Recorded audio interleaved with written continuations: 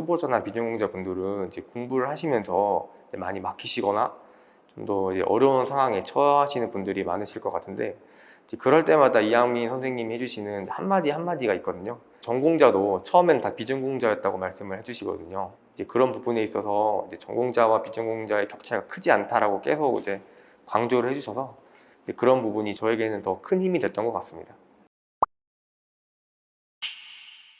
네, 안녕하세요. 2022년도 지방직후급 토목지기 합격한 최소환이라고 합니다. 기본서 회독이랑 기출 회독이랑 둘 중에 어떤 게 더 중요하다고 생각하세요? 저는 기본서 회독이 더 중요하다고 생각합니다. 사실 기본서 회독에도 기출문제가 몇 개 딸려 있거든요. 그러면 이제 기본서와 이제 기출문제를 한 번에 볼 수 있는 효과를 가질 수 있게 되어서 저는 기본서 회독이 더 중요하다고 생각합니다. 최소 몇 회독을 해야 좀 토목직에서 이제 응용역학 과목이 가장 어려운 과목으로 꼽히는데, 저는 응용역학 기본서는 10번 이상 봤던 것 같아요. 기출도 최소 5번 이상은 풀어봤습니다. 국어는 이제 공부를 하기보다는 이제 어느 정도 감 유지를 하기 위해서 국가직이나 이제 지방직 시험 3일 전부터 매일 1회씩 이제 시간을 체크하고 실전처럼 풀어봤고요. 이제 영어는 단어 위주로 공부했던 것 같습니다. 단어만 이제 어느 정도 많이 알고 있다면 영어 문제를 푸는데 큰 무리가 없다고 생각하거든요. 그래서 단어 공부를 중점을 했던 것 같고, 한국사는 정치사 파트를 위주로 했던 것 같습니다. 아무래도 정치사 파트 문제가 가장 쉽고 가장 많이 나오는 파트이기 때문에 정치사 문제에 집중했던 것 같습니다. 실강 대 인강. 저는 인터넷 강의가 더 좋은 것 같습니다. 인터넷 강의는 어려웠거나 더 난해했던 부분을 이제 돌려볼 수 있는 장점이 가지고 있기 때문에, 또 응용역학 같은 어려운 과목은 또 여러 번 봐야 이제 이해가 되거든요. 그런 점에서 저는 인터넷 강의가 더 좋다고 생각합니다. 그럼 인강도 10회를 들으신 거예요? 인강은 3번 들었고요.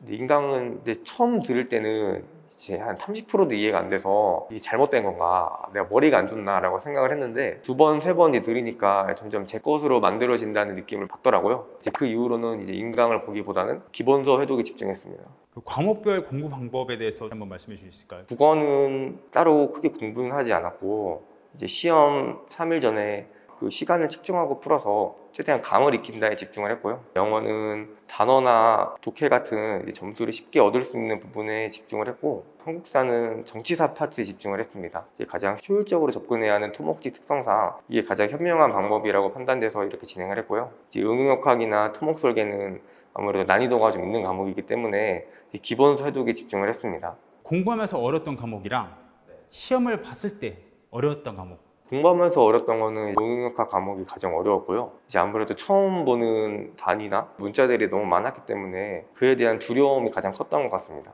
그리고 이제 시험장에서 맞닥뜨렸을 때 가장 어려웠던 과목은 예상외로 국어가 저는 가장 어려웠거든요. 긴장을 좀 많이 하다 보니까 긴 지문을 읽는데 이제 머리가 또 새하얘지고 땀도 나고 하다 보니까 이제 예상외로 이제 가장 어려웠던 것 같습니다. 과목당 점수는 몇 점 맞았는지 좀 알 수 있을까요? 이제 국어는 65점, 영어 60점, 한국사 75점, 응용역학 90점, 토목설계 75점을 맞았습니다. 응용학학이 제일 어렵다더니 제일 고득점 맞으셨네요. 이학민 선생님 덕분이죠.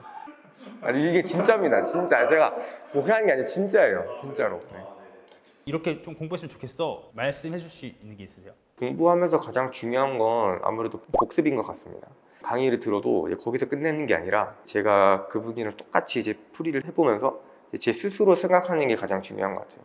제가 스스로 생각을 해봐야 비로소 이제 제 것으로 만들어지는 거라서 복습을 하는 것이 가장 중요한 것 같고, 추가로 좀 더 추천해드리고 싶으면은 저만의 이제 복습 노트를 따로 만들었거든요.